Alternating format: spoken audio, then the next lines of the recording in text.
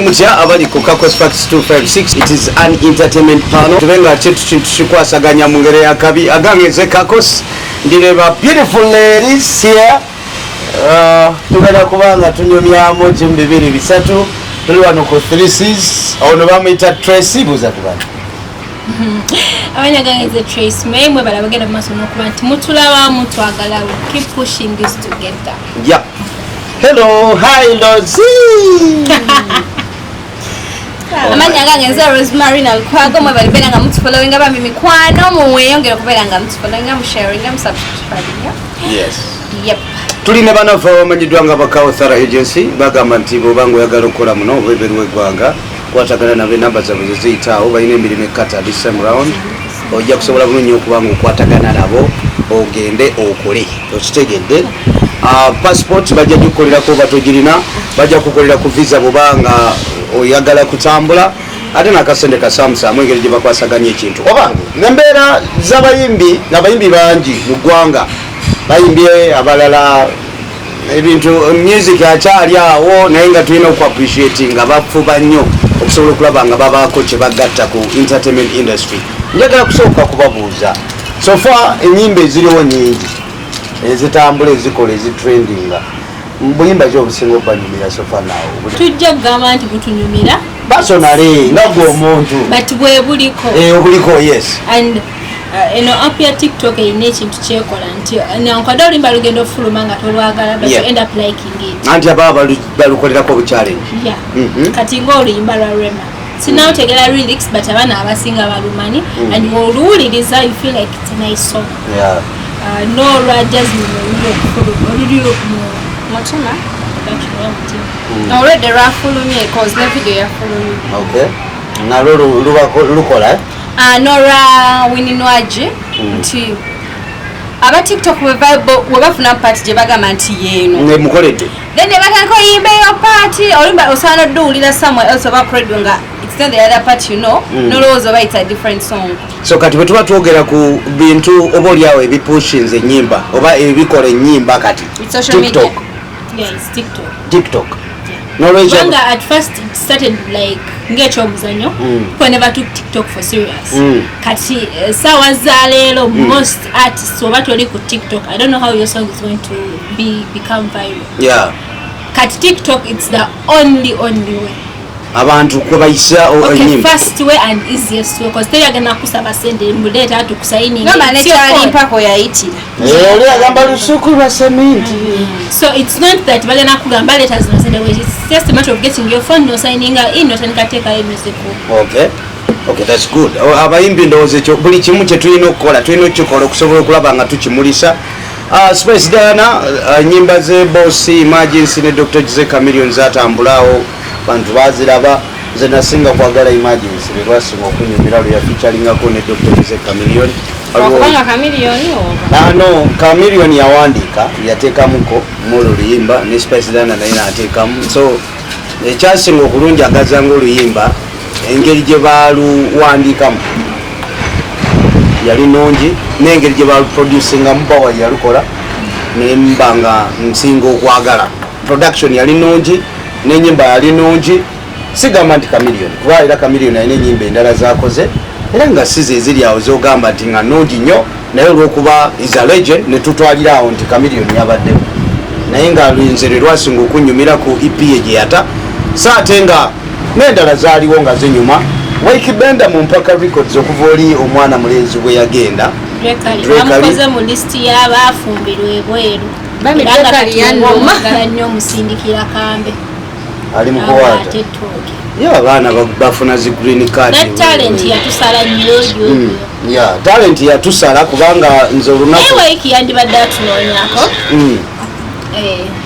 ngeri zonna gwe wamukolako ko interview by that time wagenda ku Mpaka I can replace talent wise mububi nobona omulenzi gwe yakoze naye oluyimba olupya lwe bayita nkufiiringa bayamusayininze nga tanaba kumuleeta buleesi official you never know because he's a man who gives opportunities we never knew Drekali until we twamulaba ku Mpaka he had taken some good time ng'ayimba but when he got some help okuva wa Wyke, that's when he was recognized by the public. Okay, katulabe luno luyimba olupya Kigenda lwalina ne Chambers, tetuyinza kumanya oba Chambers ali part of mpaka tujja kwongera okunoonya tulabe ebintu ebibanga bitambula mu ngeri ennungi. Nalabako Joana Kanyomozi bwe nali ku EBYA Spice Diana nagamba nti appreciating this time round abantu luli balinga nga bagala Chameleon Bebe Cool naye kati wetutunuulira nti n'abakyala kati balina we batuuse ku level ya entertainment. Yeah, it's true because we all twagala okweteekamu endowooza nti abakazi tebeeyagaliza in the music industry. Omukazi wajja bagamba gena taking up someone's space like space ayinza okujja nga Shiba abaddewo ne balowooza nti babadde bawagira Shiba maybe bagenda crossing out to Spice Diana, which is not that fact. Yes. Nti oli waba ayina aba Shibaholics, they're going to remain Shibaholics. Kati I think female artists kyebatandise okwetegeera nti kati nze wemba n'abafanyi bange abamanyi ne bananjogerako ki ne we still releasing a music they're going to still stick as Shibaholics. Ate nekirala ensonga endala nti kusaawa eno if you talk about the top 10 artists female male ngogamba ba artists nga toyawudde female or male nti nogamba nti kusaawa eno we are going to talk about the artists the top 10 togenda kuleka kwogera abantu 10 ne baba 5 nga temulimu mukazi. Yeah, of course. Kyekyo kikiraga nti nabo balina engeri gye bakoze muno industry. Nali njogerako ne Yesu Monlafiki sometime back nangamba nti ekizibu ekiyinza okugira industry abayimbi abamu tebeewa budde baba bakola ennyimba tugende ku performing ebivulu Palaso ennaku zinatambulira ku migo wa performing mbaddeko naye ku shows ez'enjawulo nalikoko naye Bukuya nalikoko naye sometime back mu shows mpijja n'emigo ku stage kiraga nti kiri ekyaliwo nga bamulanga n'atajja kuyimba takyayagala kibeerewo. Abayimbi bangi balangibwa n'atuka ekiseera n'ata performinga waliwo kapakatulo yali mu room n'ate promoter n'agamba abaali wali mu kafo yali agenda okuyimbira nti kapakati takoze eki tazze kyonga ate mu room gyali kati ekyabadde ne ku Cindy bwe yagenda Dubai si eyo show yokka eyo gyatayimbyeko gye yali alina okuyimbako waliwo show endala ze yali alina okuyimbako yaziyimbako naye abayimbi obutayimba tukitwali kuki musango gwaba promoter oba endagaano zino ze baba batateekamu nnyo respect rozigokirako otye buli muntu aba alina ensonga lwaki twapyarinze naye ng'ezimu ku nsonga eziriwo wetubeera nga tetwogedde ku kya Cindy kubeera nga yabadde Dubai wano mu ggwanga lyaffe ejjukira abayimbi ekisinza oleeta ekyo babadde bamaze ebbanga nga tebakola ki tebakola so nga oli we bamubuukinga ne bamuga tugenda kwagala emasuka tugenda kwagala entebe tugenda kwagala ejjinja he would be willing to sign. Naye tekitta erinnya lye bw'abanga ayagala bwagazi sente. That's what I'm talking about. Nti ne yeerabira nti distance ataddewo nyingi. Okay, sometimes osobola ogamba nti osobola ova kugana museum n'ogenda kwaka mwezi because the distance is not far. Naye oli asaba ebifo ebyewala nga tasoose kuweyinga n'amanya nti time osobola ova wano banzineyo banzineyo. So kati ne bimulemerera natuka time oba olunaku nabanga tasobodde. Abamu eba ntegeregana wakati w'omuyimbi n'abamutegese nti bayinza oba mutegeregana they had to pay him before he steps on stage.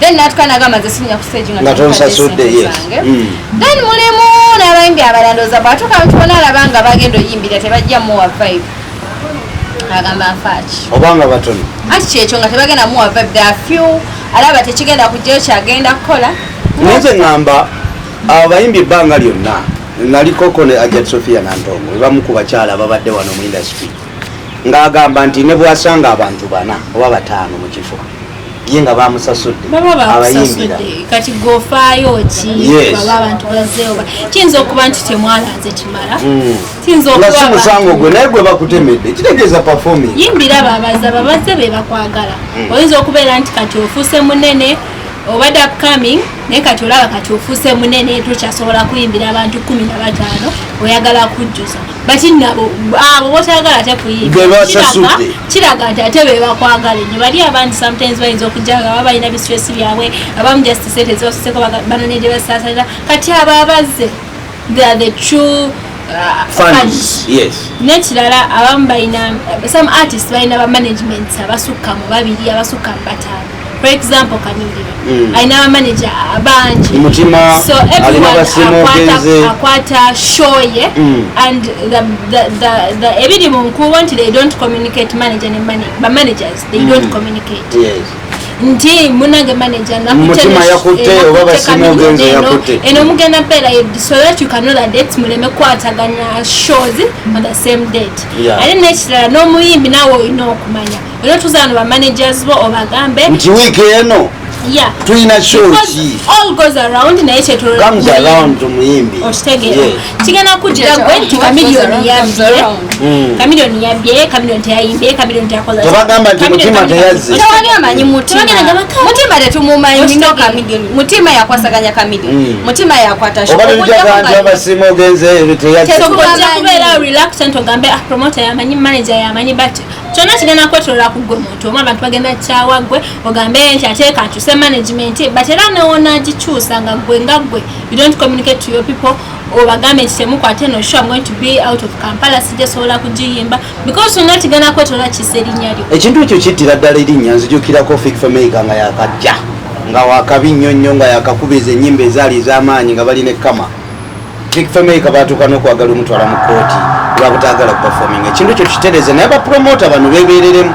olumu endagaano bazivaako nebazimenya kyayogedde nti bamanaja boba ne bamanaja nga basukka boogere nti nze bwemba nina manaja gundi ne gundi bwebabeera nga bakuwadde proposal kubira manaja wange omulala omubuuza olunaku bwelutudde bweruti muyinako show bakoyinza okikola for your own benefit olw'ennyonta gye balina you can't blame them but professionally you have to act kati bajjewo ennyonta they should act professionally. Wuma egenda kuba ekuba akalulu end time and day from now muguno omwezi omupya gwe tuyingiddemu twagala tulabe King Saha Sindi King Saha is the president of Wuma naye neyaliko mwebaze erudda kubagumiikiriza waekibenda ina engeri gye yakitaawo wakati n'akivaamu kuba yali president kati ate abamu batunulidde King Saha olw'okubanga alina ennyumba alina faamu alina business kale alina sente zenti abavubuka bamulabirako kati bo balaba engeri gy'amanenyeza okubeera ng'alinawo by'alinawo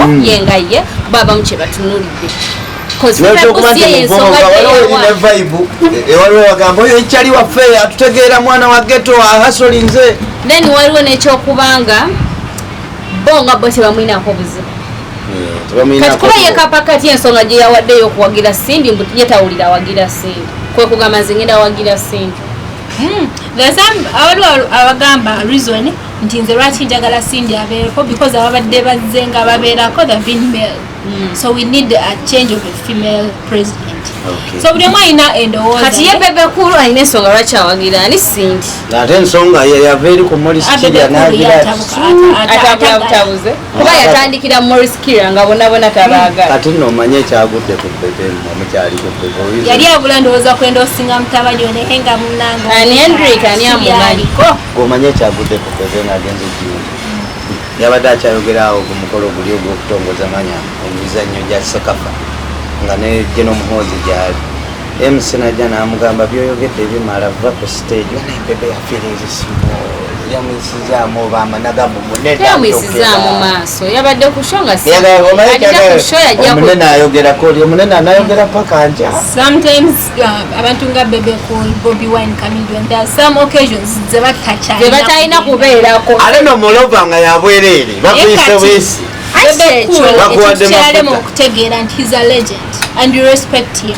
naye ate yayagala it's good okuchanginga n'omutindo wakati akola ku jimu nafuna kanyama nakuba ne hits kwatagala n'emyaka gyaffe negiriko because ayagala kukyusa not forgetting nti ate yayina n'omwana wasobola okukola okusindika akola kino ye kyakola oba biri byabadde byabavubuka ngandaba bwe yali sindiseyo Henrik at least oba kyayogerako eki kusawo ne Bebe Cool legend Bebe Cool Bobby Wine Bebe Cool anti Bobby Wine it doesn't even change the fact nti bayimba Chameleon still releases music in his way as a legend still music nakwata olaba kusawo Bobby Wine tayimba naye kati kusawo no batandise n'okujja waliwo oluyimba lwe olubadde ku TikTok naye nga lukadde ekitegeeza nti bo weebali nti kusawo no singa ate apushinga Hendrik kyandibadde better. I'm pushing a music. No, MC muyisizaamu amaaso teyali kikozebwa.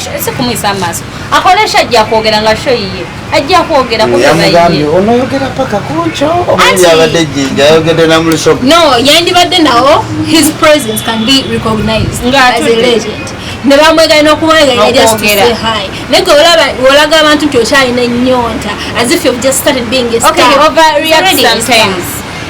Tovola aba omukulu oli alina engeri gy'amusinga. Kyonna kyekiri alina engeri gy'amusinga. Okujjako nga waliwo akateleke kake musobola okumpa naye tusuubireyo concert ya Joanna Kanyomozi and then time from now. Ne Mutujjo. Addayo ku cricket. Ye cricket obo nga bulijjo tusimbudde Gravity Omutujjo Spice ayina. Ne Spice n'agenda ku cricket. Ne Spice agenda ku cricket. Agenda ku cricket obo. Yamanyi. Ne Gravity ayina. Ne Fiki ne Fiki nga biri mu mukaaga bitusi bayina. Naye kati ate kye sinnategeera Mukama Katonda. Wilson Bugembe agezaako kukola ki? Wilson Bugembe alina Katonda wabana kumwena ensonga concert yegenda kubeerayo nga sa. Akyengezaako bagenda okuyimba ku lunaku lw'abajulizi. So ye nga gossip artist. Nate nga pastor. Gospel artist. Yusazewakola atya? Akikwasaganyaawo ku lunaku lw'abajulizi. Era yagambye buli muyimbi waddembe okubaayo but show yakuba nti bayimba nyimba za Mukama. Mugenda kubeerayo n'engeri gy'agenda odaivatingamu abagenda Namugongo. Omuntu okujja after like I think ekyo zaakiro okusabako Namugongo kwa misana. I did feel tutambudde tukwoye kati ffe tugenda leero. Not everyone is going to Namugongo. Let me tell you. Bantu bagenda gendayo muntu anywa omwenge gwagenda balala basabe buli omu ekimutwale Namugongo. Olaba kyonna kyekiri abavulu abayimbi abayimbi batutaddeko ebivulu bingi. So if nedda ekituufu ebivulu byammwe ebifulopinga walayi tebabako gwe banywa. Anti mu COVID baali bayinvestinga. So it's time buli omu akyengezaako okugamba Tracy buli omu alina fan base ye. Naye nze nyinza obbanga Palaso mwagala njagala Bitusi. Palaso agenda ategeka Bitusi bategeke. Bitusi ayinza obba asoose Palaso. Not just because I love Palaso more than I love Bitusi. I will spare my money I go to. Ogenda kekereza ngeri ya president yatugamba mukekereze. Kekereza nyizo salawo nengamba ogenda Palaso oba ogende wagundi. Kati jukira babitutaddeko biri kumukumu atenga lumu Gravity. Atenga mu August tuyinanga biri mu Kagasimanga Africa na tuno bafiki. Atenga meka tuyina gundi. Ndoza uma bye bimu ku bintu byerina okukola. Regulating engeri y'ebivulu ebyo bwe wamanya nti guno omwezi gwa Spice ogujja gubeera ogwa Waikibbe ogujja gubeere bwe kubanga bannaye ekisukka gwe. They can talk about it kati nga olaba nti Kenzo yatekako ekivulu ku lunaku lwe lumu nani ne Cindy. They talked about it. Kenzo now withdrawing n'ayongerayo ekiki kya Cindy ne kibeera. Ndowooza beera ntegeeragana wamma kiba kikola. Kiba kikola. Ne Kenzo uyu agenda leeta Kenzo Festival. Kwegamba mantu promoter yali agitegeka yagyesamba nali njogera n'erugundi luba events yali agirimu yaŋŋamba omusajja yagisedde nnyo ate yavudde ku ndagaano gye twali twakanyako luli bajja kwogera okitegeera kati ate nakisussa naye anyway katusabe kyonna kyonna kijja kuba nga kiggwa abantu obola tolina abafaani ekivulu kijjeeyo bambi Sindi mu Akalulu muleme kuteekawo saga eyabadde mu Dubai kugifuula big deal happening to every artist kati muleme kikulembeza mbadde MC mu bivulu bingi Tracy ne Rose sebo teri muyimbi agenda ku stage nga tagenze ku booking kuna naye balance kati bwaba Cindy yalemedde mu hotel ng'agamba musooke kyokka kiringanga muwala kugamba teyayimba ku Jam Festival andiwuliriza kiringanga kugamba nti munnange nga sinajjamu kaleega kange obanga sinaba kujjamu mpale yange kino na kino kubanga bwamala okijjamu agamba futalolo nkufunye kati n'omuyimbi bwaba tannakwata microphone kugenda ku stage kuyimba bwabanga kyayagala ye balance kiriya atolwedde atuuse ekiyinza okunzijjako nti omuntu talinnyeeyo but abeera ne sagazi ti omuyimbi aganinga ku venue waali that means ayina bajja yamukolimira natugegwera okwokuhanga Palaso akyabuking bamukwana akyabuking ozi nga ayina gyalogera nekirala kambabuuli waliwo show nga promoter bolaba nga shekulira naye nga omuyimbi azze ku venue ya Nimrod we yamulidde Nimrod White Party eyo erayika yamulidde I think the place was just too big for him. Yeah, they should have put the party levels. Wakale obanga mu Mubala. But abantu babaddeyo, but just because as we know Uganda Museum is such a big place. Nene. Yeah. Kubala and cut. Kino kyetuva okwogera konti ebivulu bizze ebyedingana. Twali kuja haspia ku was it Zina Fest or what? Gye balangira White Party. So kyekino kyebagambe nyinza okuba njagala nnyo White Party but ate waliyo nekijja kati olaba okumanya Uganda Museum nene n'aba ankati bagiteeka neera tebagijjuza ate bantu be bamu abamwogerera mbu yafulopinga White Party zali White Party level kwe yagiteeka ng'agitegeka White Party ekifo ekyo itera kubeera corporate muko governor something of that kind abantu basubira ntino wembera ntegeka ku 3 steps every time I have to put White Party ku museum anyway kale kasa kyawedde bwoba wafunyemu mukama yakuyambe nali naye ng'agiranga wali eri wa spice down yafunyemu but it wasn't as big as him and not expect twali ndowooza expectations zete ekintu kyonna bw'oba otegekesa ekintu naabo baba promoter kyemeka kati kusawa nagenda otegeka ekivulu aba akimanyi either kigenda kola oba tekigenda kukola ate abantu abamu muleme kweteekanga ku Nimrod has his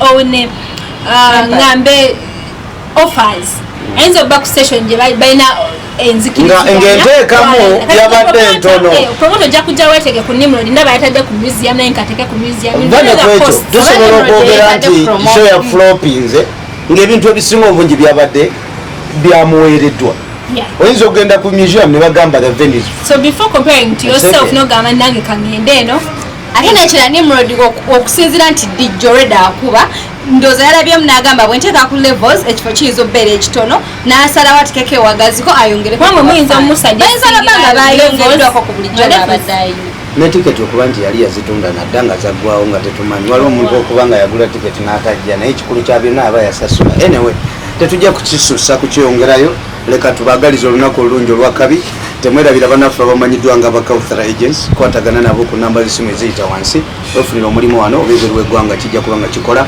agagenze kakos madene beautiful ladies here balina social media platforms ezaabwe bambi tuba following of course nze bwoba onoonya MC Kakos everywhere Tracy kosa Trace May everywhere nange kosa Rose Lukwago buli wamu okay thank you bulungi bye bye